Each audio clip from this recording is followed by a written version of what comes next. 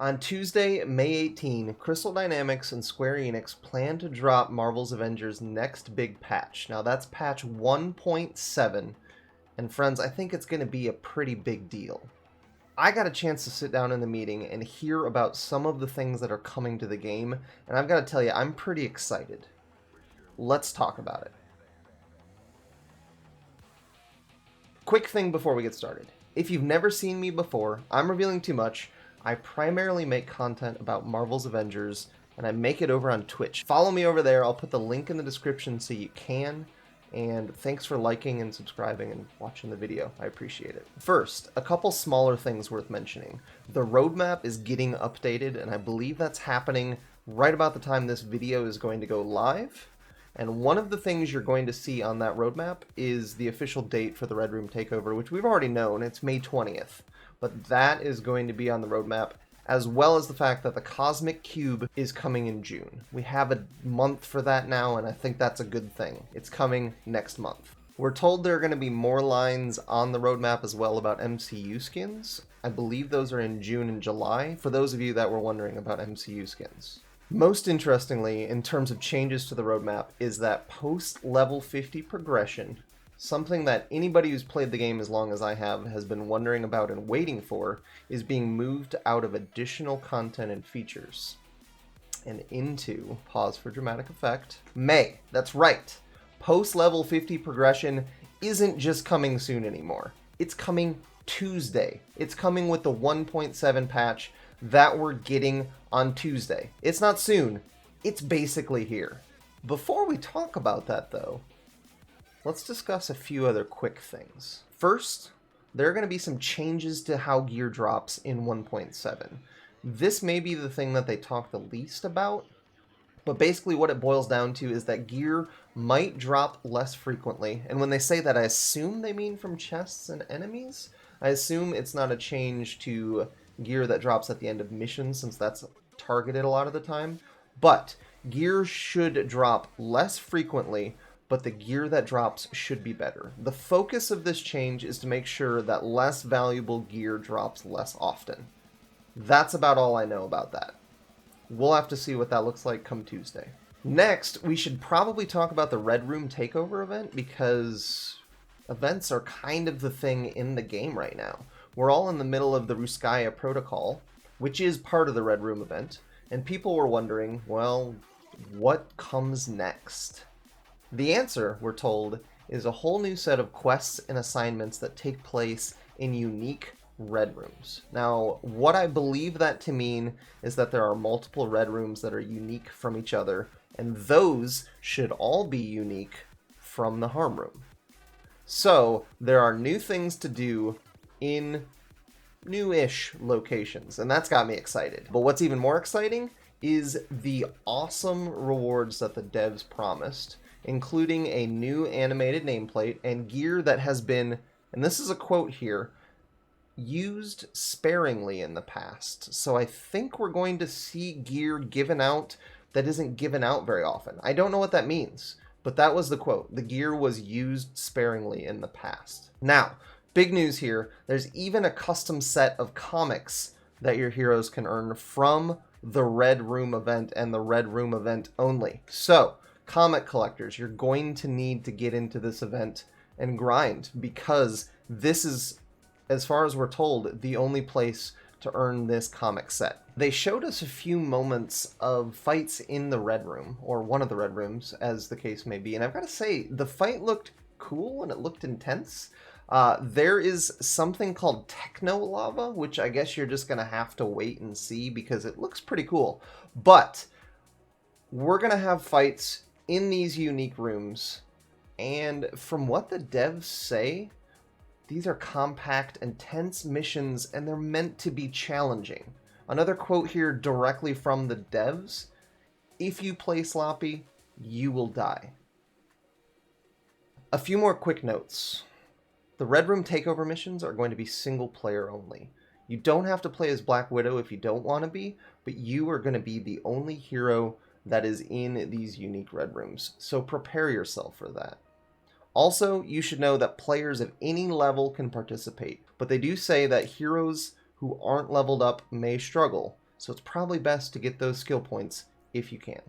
We're also told that the XP gains that you're going to get from the Red Room Takeover event are going to be significant, which leads me back into maybe the thing that I am most excited about, post-level 50 progression. Starting Tuesday with the patch, any XP you earn past level 50 is going to be automatically converted into champion XP, which is going to earn you champion levels, which you can use on, hold on to your freaking seats, new champion level skills. There's going to be a new section in the skill points right next to mastery called champion. And in that section, you can make your hero even more powerful than before. They didn't show us all of the skills, but I did see things like plus percentage melee damage, plus percentage range damage, plus heroic effectiveness, and these were in categories called things like combat, tactical, utility, and defensive boosts. That may be just for the character they were showing us, or it may be those are the categories for every character. It's unclear, but you're going to be able to boost your character up the way that you want to using skill points that you earn to make what you love about them better. What this means is the more you play on a character, the more powerful you can make them. You can spread it out through all categories or focus on just one, like melee damage, like I talked about. I will say that the skills are going to get expensive to unlock quickly. The first row in a column for a skill is going to only cost you one level up point, one champion level point. The last one in a column that we saw is going to cost you 16 champion points. The good news is if you play the game long enough, you can get all of these skills. The bad news is with how many there are and how much they cost, you're going to need to level up about 372 extra times per character to unlock them all. And the points can't be respec'd after you spend them, so spend them wisely. Of course, it's not actually bad news if you think about it, because what we were wanting was more things to do and more things to earn, and now we have it in spades. Now again, let me state that this starts on Tuesday the 18th. Any XP that you've earned before Tuesday is not going to get converted.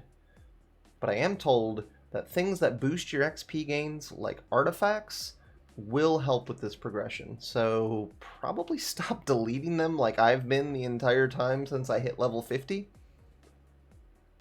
With patch 1.7, there's also a new section coming to the inventory called consumables.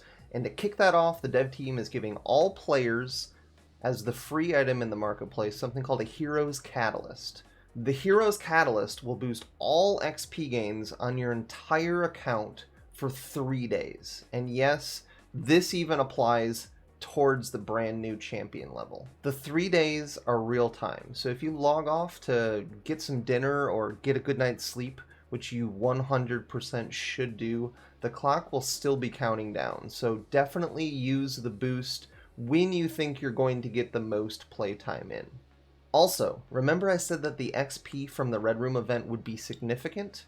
If you use this boost, this Hero's Catalyst, while playing the Red Room event, you should see a lot of significant XP gains. The developers even said that the Hero's Catalyst is going to stack with the 10% XP boost you get for Quick Match. There are a lot of ways to leap forward your champion level if you want to, and the Hero's Catalyst is going to be one of those ways. Like I said, the Hero's Catalyst is going to be free in the marketplace. And they said the plan in the future for consumables, when we asked them this question a few times because we wanted to be able to tell you this. This is another quote here. We're finding opportunities to make them, consumables, earnable in-game.